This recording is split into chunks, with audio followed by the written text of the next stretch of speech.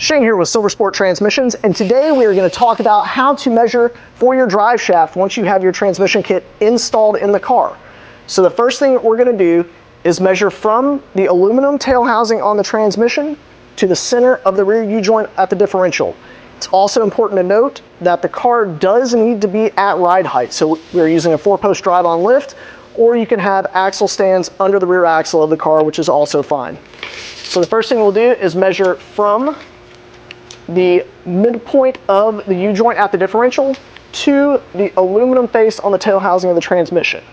And on this 65 Tempest, we are right at 60 inches. The next thing that you'll want to do is measure the actual U-joint dimensions itself.